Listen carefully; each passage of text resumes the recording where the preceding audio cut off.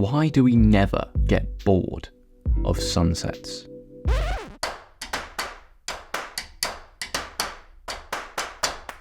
You'll see hundreds, maybe even thousands in your life, and yet every time we see the rich display of colours in the sky, we stop what the hell we were doing, stop what the hell we were thinking about, and are completely and utterly gripped by what we're seeing.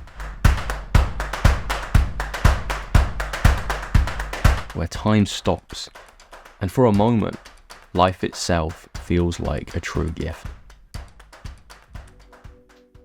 Well, at the time of making this video, psychologist John Vervaeke says that humanity is in what he calls a meaning crisis.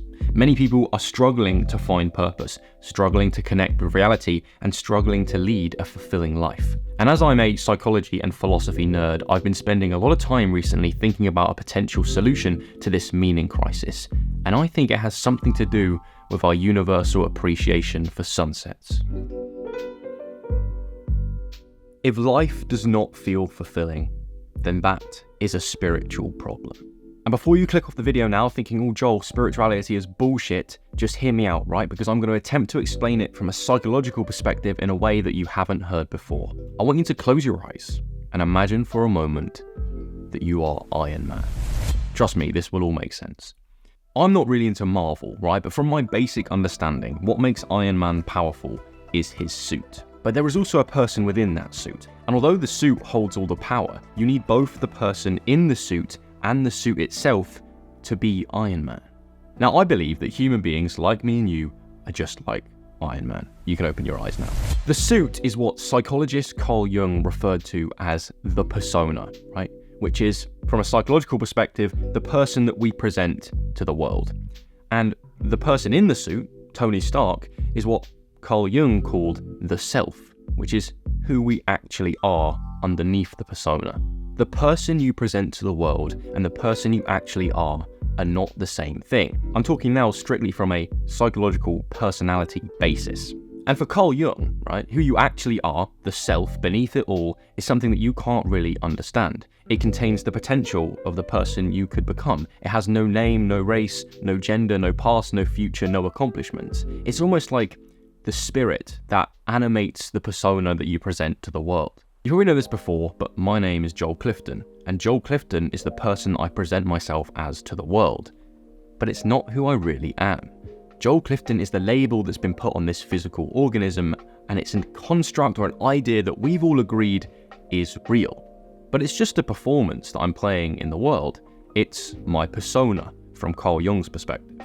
Who I am, right, is the awareness that Joel Clifton is just a performance that I play in the world.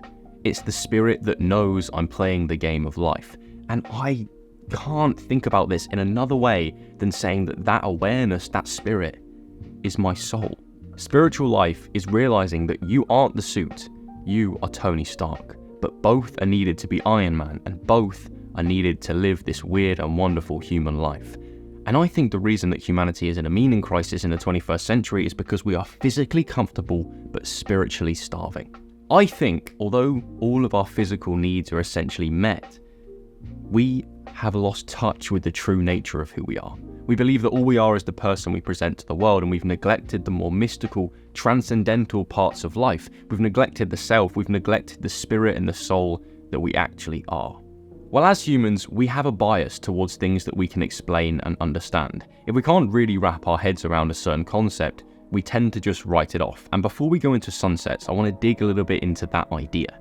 Chris Williamson and George Mack are two modern thinkers, and they have this concept known as hidden versus observable metrics, which suggests that we as humans over-prioritize things that we can measure and observe over things that we can't, even if the more immeasurable factors bring more value to us in our lives. An easy everyday example that I can put this in for you revolves around money, right? Money is a very easy, observable, measurable metric. And generally, we tend to believe that more money equals good, right? But let's imagine that you took a new job that offers a higher salary. But as a consequence, you have to commute, half an hour further to get to that workplace. And also, you have greater responsibilities and demands on you. Maybe you have to manage people or constantly be on call and answering emails and answering calls and all of that. The salary increase is great, yes. But in choosing that, you have sacrificed the hidden metric of time at home bonding with family and friends due to the longer commute. And also, due to the higher responsibilities and demands on you, you could have increased your stress levels, therefore sacrificing a hidden, immeasurable metric of peace of mind. And in this case, I don't think choosing a slightly higher salary in return for peace of mind and time with people we care about is a good trade. But on the surface, because you can measure the money and not really measure the other factors, it seems valuable. So if we go back to our point of spirituality, I think what we've done is we've began to sacrifice the needs of the more hidden parts of ourselves, right? The soul that is unobservable, and then over-prioritize the needs of our more observable self, the persona, the person that we present ourselves as to the world.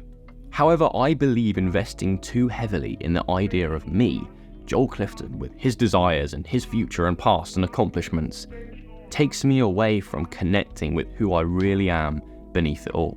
And in that, we sacrifice deep fulfillment that can be gained through connecting with the immeasurable parts of life.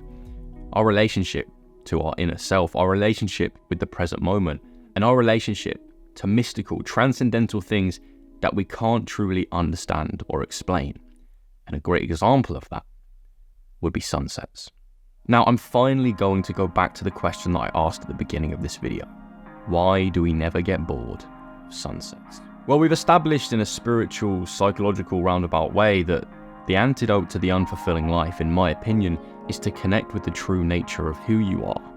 Recognizing that you are a spiritual being having a human experience. Recognizing that you are a finite creature in an infinite universe, and that there is more to you beneath it all than the perceptions and labels imprinted on you by the world.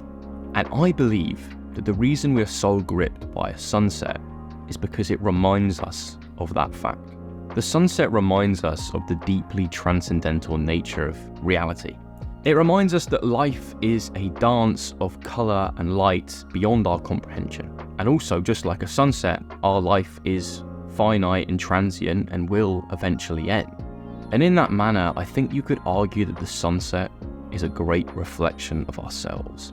Our lives are a dance of light and color, right? They're an unpredictable adventure of pain and pleasure and emotions and experiences and relationships. And just like how a sunset dissolves into the darkness of the night, our lives will eventually have a similar end. Rick Rubin has this idea that the reason you're gripped by large forces of nature like the ocean is because they are a closer reflection of who you are than what you could see in any mirror.